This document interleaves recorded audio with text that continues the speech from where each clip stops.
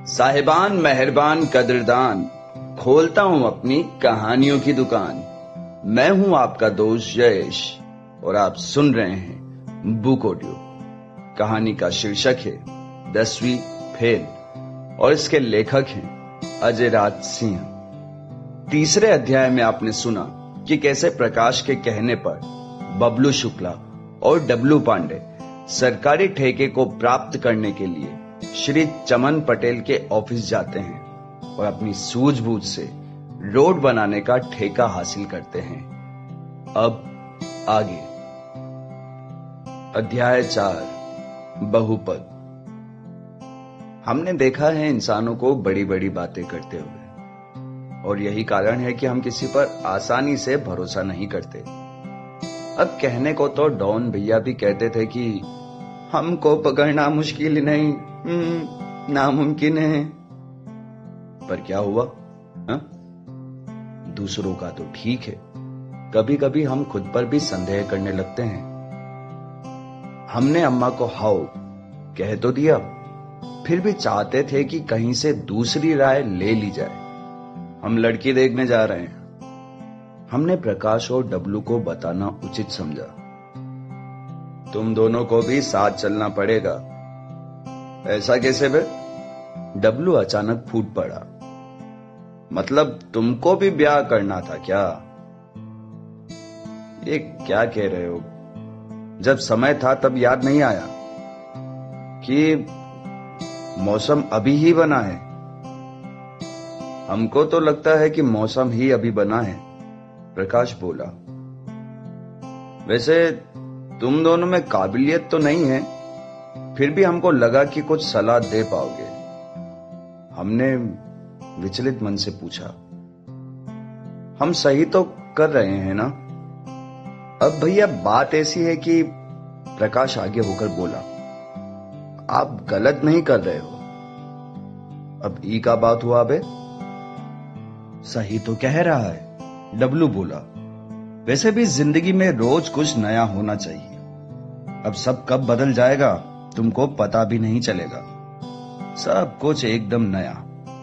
क्या मतलब सब नया हो जाएगा? अब भैया बात ऐसी है कि अब कुछ पुराना नहीं रह जाएगा। अम्मा कसम, अब तुम दोबारा ये बोले ना तो उल्टा लटका के मारेंगे। सही तो कह रहा है, डब्लू बोला। वैसे वो आगे और भी कुछ बोलना चाहता था, पर नहीं बोला। हमारे घूरने के बाद दोनों लगभग चुप हो गए थे। लगभग इसलिए कि अगर उनके मुंह पे कोई टेप भी लगा दे तो कमबख्त आंखों से मजाक उड़ा देते हैं। कभी कभी लगता है कि दोनों को खूब मारें, भिगा के, डंडे से, लोहे के, जब सोकर उठे हों तब, और वो भी अचानक। पर क्या करें, दोस्ती के आगे मजबूर हैं। रविवार की सुबह सब नहा धोकर तैयार थे। हम, अम्मा, प्रकाश और डब्लू। हाँ, बस इतने ही। सच कहें तो हमारे बस इतने ही शुभचिंतक हैं। बस इतने ही लोग हैं जिनके लिए आज का प्रसंग संभावित विवाह की ओर अग्रसर था। बाकी लोगों के लिए अगर कुछ था तो बस एक मुमकिन दावत। हुआ तो ठीक, नहीं तो कट तो वैसे भी रही है। जिंदगी आगे भी कट जाएगी। हमारी अम्मा ने भी क्या खूब कहा है, जमाने को क्या कि हमको हो गया है कुछ, हमको भी क्या जो कुछ जमाने को हो जाए। हम नहीं जानते हमारी किस्मत में क्या लिखा है, पर इस बात का यकीन है कि जो भी लिखा है अच्छा नहीं है। अब प्रकाश और डब्लू को ही देख लो। हिचकोले खाती एक गांव की पथरीली सड़क से चलकर हमारी गाड़ी अब दूसरे गांव की पथरीली सड़क पर आ गई थी। सच कहें तो सफर इतना भी लंबा नहीं था जितना हमको सफर करते वक्त लग रहा था। जाने सब क्या सोच रहे थे, बिल्कुल खामोश बैठे थे। न अम्मा कुछ बोले, न बबलू और न ही प्रकाश। हमारा खामोश रहना समझ में आता है। लड़का नरबसा रहा होगा, उसकी जिंदगी का सवाल है, कुछ हद तक मौत का भी। पर बाकी सबको क्या हो गया था? कभी कभी जिस पल के आने का शोर सबसे ज्यादा होना चाहिए वो आकर बस चला जाता है और कोई आवाज भी नहीं होता।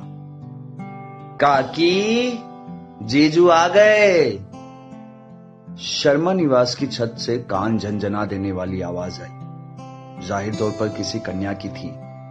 लोग इतनी जोर से युद्ध का आगाज भी नहीं करते और यहां अलग ही उत्साह पसरा पड़ा था।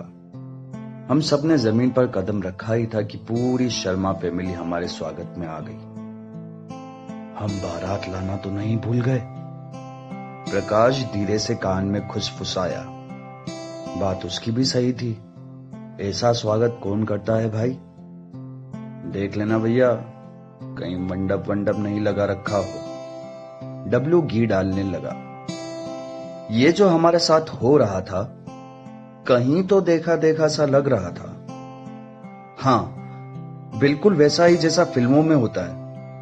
जरूरत से ज्यादा साफ सुथरा वातावरण, अगल बगल की छत से झांकते पड़ोसी, और इन सब के बीच में घबराए घबराए से आप खुद।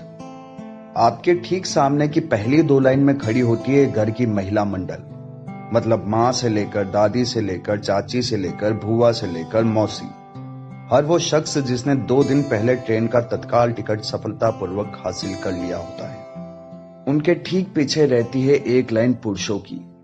इस लाइन की समझ अपने आप में अगम्य होती है। इसमें खड़े लोग आपके लिए मुस्कुरा जरूर रहे होते हैं, पर सच कहें तो किसी को कुछ फर्क नहीं पड़ता। ये वो लोग होते हैं जो कभी आरती की थाल के इस पार खड़े थे, जो चाहते हैं कि कह दें, भाग जा, सब छलावा है, पागल मत बन भाई, और जाने क्या क्या। पर फिर ये सोचकर रुक जाते हैं कि साला कब उठे कौन। और माहौल की सनसनी। देश के भविष्य तो इर्द गिर्द सीटी बजाते हुए भाग दौड़ कर रहे थे। बच्चे इतने एक साथ। हम भारतीय इतने कब हो गए? पिछली जनगणना के बाद सीधे तब ये ख्याल आया था। इस गहमा गहमी के दौरान जब जब फूस फासते पुरुषों के बीच औरतों की खिखियाने की आवाज आती, हमको एक अलग ही दर्द दे जाती। जैसे हंस हंस कर कह रही हूं, ये आए, हो पाएगा इनसे। जैसे तैसे घर के बाहर का माहौल ढीला हुआ। राजशाही आव भगत के बीच हम सब भीतर दाखिल हो गए। चटक लाल रंग के पर्दे जगह जगह व्यवस्थित रूप से लहरा रहे थे। कालीन ऐसी साफ सुथरी की धूल को शर्म आ जाए। समझ में आ रहा था कि पिछली दिवाली के बाद आज सुबह सुबह ही उसे बक्से से निकाला गया है। अभी तो टेबल के बीचों बीच रखे गुलदस्ते का स्टिकर भी नहीं निकला था और उसे बेरहमी से सजा दिया गया था। बबलू को तो आप जानते ही हैं, हमारी अम्मा बोली। ये है प्रकाश और ये है डब्लू। इशारे के साथ साथ चेहरे पर बराबर मुस्कान लाकर भाइयों ने सबकी नजरों का सामना किया। तीनों साथ ही काम करते हैं। अम्मा आगे बोली, ठेकेदारी आपको तो पता ही है। जी जी जी जी। बाकी घर काफी अच्छा सजा रखा है आपने। जी हां, सब पिंकी का ही किया हुआ है, पिंकी जी की अम्मा बोली। देर से आने वालों को हम बता दें कि यहाँ पर पिंकी जी हमारी प्रस्तावित वधू है। इन मोहतरमा को ही देखने के लिए हम इतना दूर से आए हैं। हालांकि हमने पहले फोटो देखा था, पर क्या है कि आजकल जमाना खराब हो गया, भरोसा नहीं होता किसी पर। अब यूं देखा जाए तो लोग इंजीनियरिंग की डिग्री भी दिखाते हैं, पर सच में सब इंजीनियर होते हैं क्या?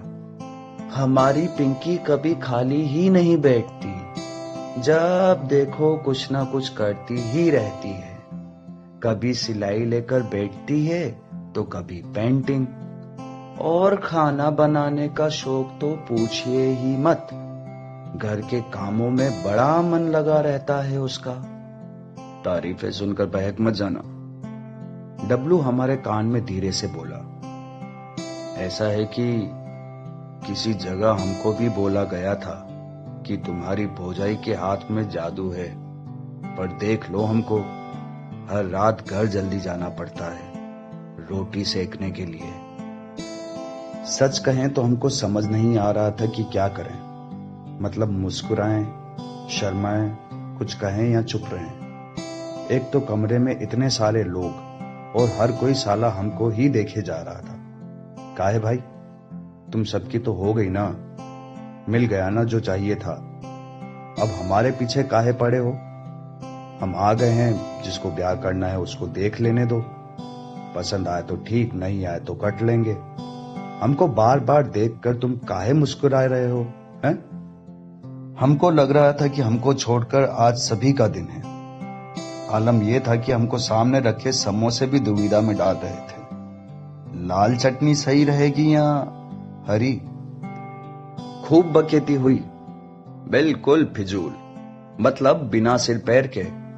राजनीति से लेकर रणनीति तक, अमेरिका वाली चाची से लेकर खरगोन वाले फूफा तक। और मौसम का जिक्र तो ऐसे चल रहा था जैसे बस अभी ही बारिश चाहिए। इतनी उत्सुकता तो लगान में भुवन को भी नहीं थी। अब किसी को क्या कि किसी और को फर्क पड़ता भी है या नहीं, बोलना है बस कुछ भी।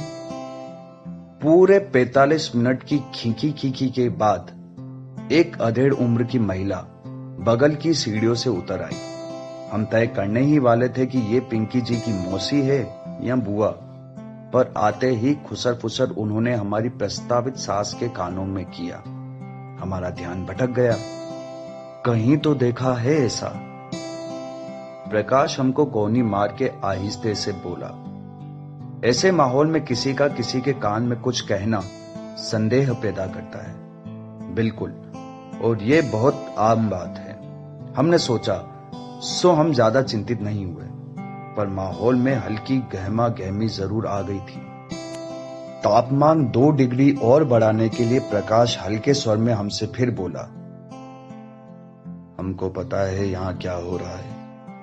लड़की के पड़ोसी का दूर का मामा आपकी कोई करतूत लेकर सामने आ गया। पक्का हम कह रहे हैं ना, हमारे साथ ये हो चुका है। खुद मरना पसंद करोगे कि हम मार दें? डब्लू प्रकाश के कंधे पर हाथ फेरकर धीरे से बोला, नहीं नहीं, ठीक है, हम ठीक है। दरअसल लड़की की अम्मा थोड़ा अटक कर बोली। एक अलग ही संकोच झलक रहा था उनकी बातों में। पिंकी यहां आने में थोड़ा घबरा रही है। क्यों ना बबलू जी ऊपर जाकर ही पिंकी से मिल लें। 3 गुड लेंथ बॉल के बाद यह अचानक बाउंसर कहां से आ गया। हमने प्रकाश को देखा, प्रकाश ने डब्लू को देखा, डब्लू ने अम्मा को देखा। अरे क्यों नहीं, अम्मा बोल पड़ी, अब जैसा बच्चों को ठीक लगे। हमको लगा था कि एम्पायर नो बॉल देगा, पर नहीं। सीढ़ी चढ़कर आगे से लेफ्ट। हम मन में रास्ता रखते हुए आगे बढ़ रहे थे।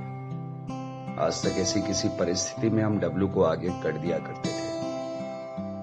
सच कहें तो आज हम भाई को लाए ही इसलिए थे, क्या पता कब काम आ जाए। पर अब जो रास्ता हमारे सामने था, हमको अकेले ही तय करना था। नहीं, हमको डर वर नहीं लग रहा था। हम बस थोड़ा नर्वस आ रहे थे। कमरे का दरवाजा आधा लगा हुआ था, बाकी आधे को उसी चटक लाल पर्दे ने घेर रखा था, जो जगह जगह नीचे हॉल में लहरा रहा था। हमको थोड़ा थोड़ा समझ आ रहा था कि लाल रंग देखकर सांड बौखला क्यों जाते हैं। एक गहरी सांस लेकर हमने दरवाजा खटखटाया। जी, क्या हम अंदर आ सकते हैं? पूरे 20 सेकंड बाद एक आवाज आई, हमारे सांस छोड़ने की। हमने फिर खटखटाया। इस बार हमारा आत्मविश्वास बढ़ गया था या घबराहट कम हो गई थी, कौन जाने। पर खटखटाते से ही दरवाजा इतना खुल गया कि हमको पूरा कमरा दिखने लगा। कमरे में कोई नहीं था। एक पल को तो लगा कि मुड़ जाए, क्या रखा है मिलने मिलाने में? ऐसे ही हाँ बोल देते हैं, पर नहीं। आखिर हम अम्मा को क्या जवाब देते? हम कमरे में दाखिल हो गए। हम 2 कदम ही आगे बढ़े थे कि बालकनी से पिंकी जी की आवाज आई, यहां आ जाइए, हम बाहर हैं। हाँ भैया, दौड़ा लो। ठंड की सुबह, गुनगुनी सी धूप। अब जो हमारा इंटरव्यू होने वाला था, बस वो ना होता तो सब सुखद था।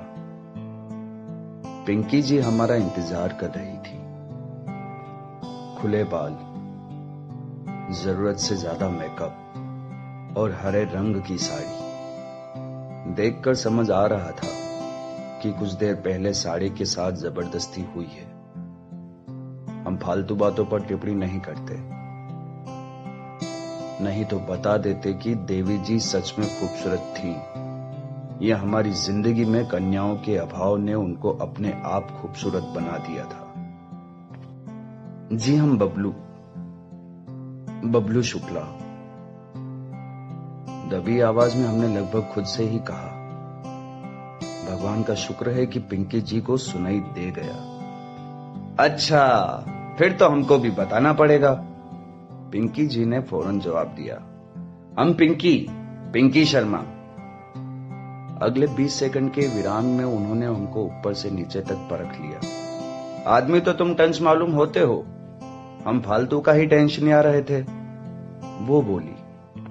पिंकी जी के व्यवहार पर जो हमारे मन में अभी 2 मिनट पहले तक सहमति बनी थी, मतलब जैसा कुछ बिमला काकी ने बताया था और बाकी जो हमने खुद ही मान लिया था, उस गुनगुनी धूप में ही कहीं खोने लगा।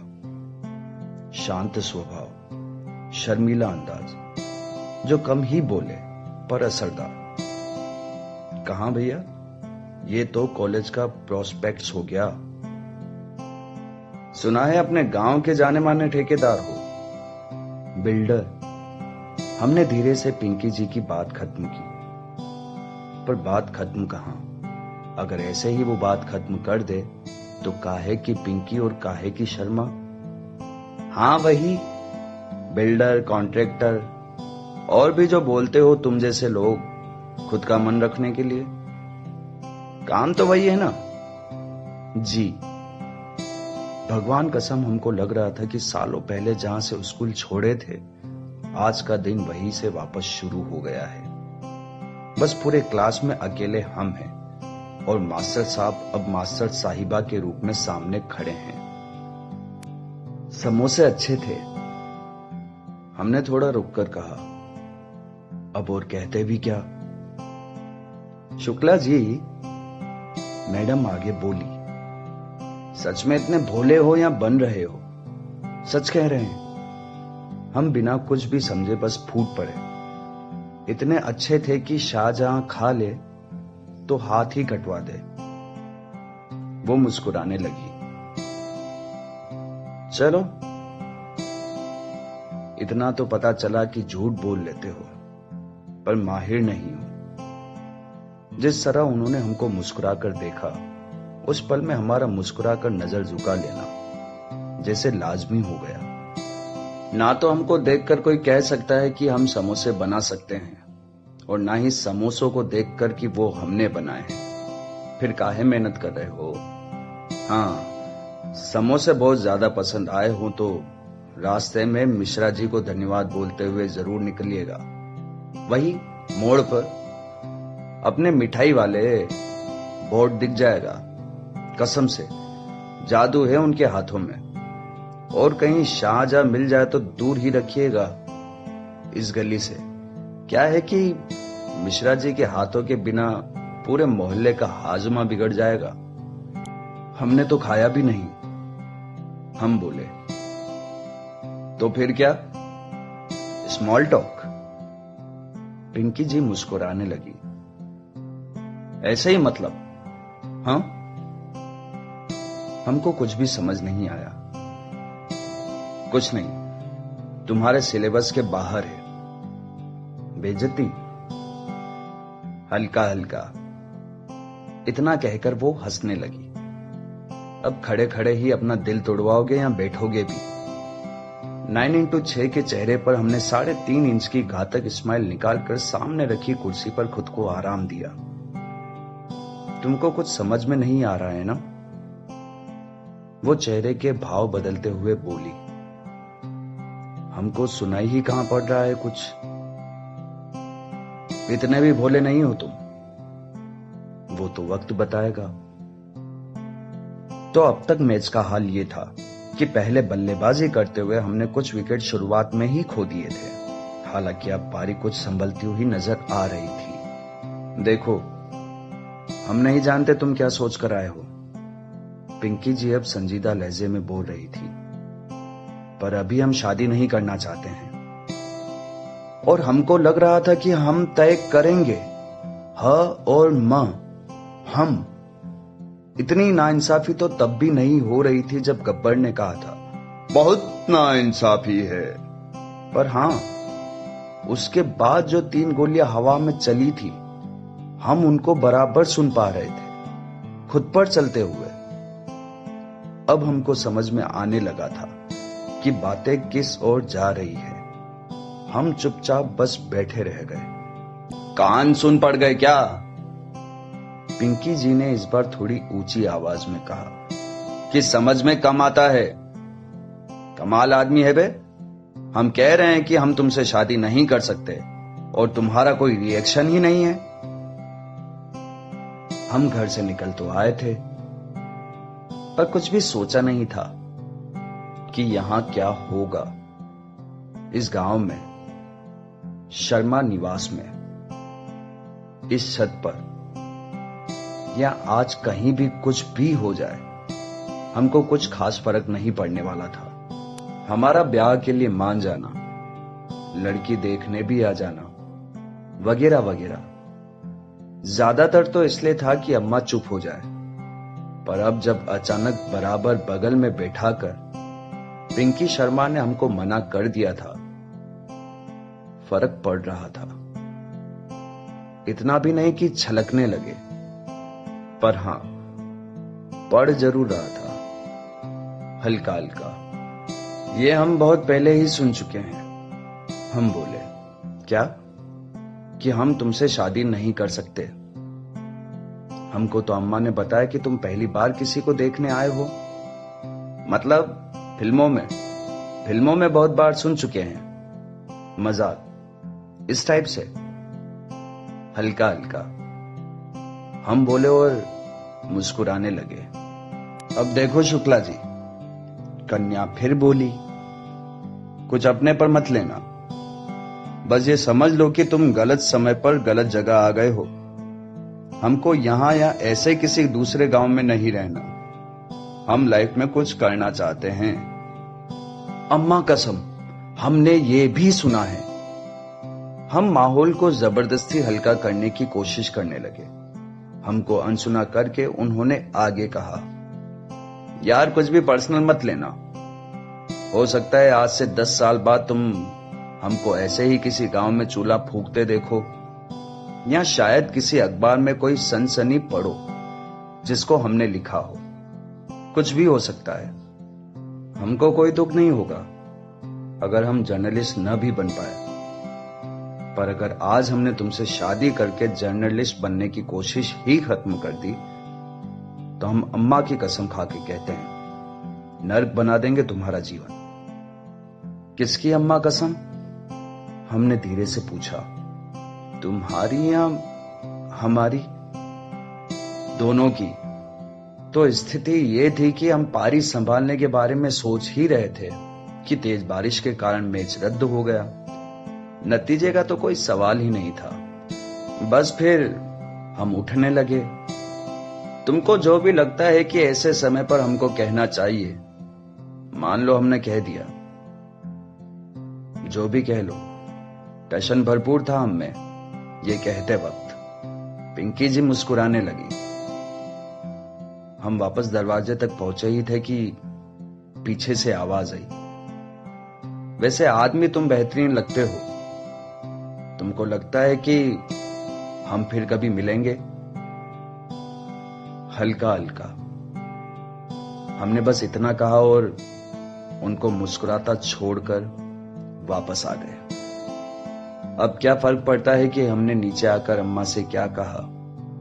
क्या फर्क पड़ता है कि हमारी अम्मा ने पिंकी जी की अम्मा से क्या कहा? क्या फर्क पड़ता है कि शाम की जाम गम में चढ़ी या खुशी में? हमारी कहानी का एक अध्याय शुरू होकर फिर खत्म हो गया था, और बिल्कुल जैसा स्कूल में होता था, हमको कुछ भी समझ में नहीं आया।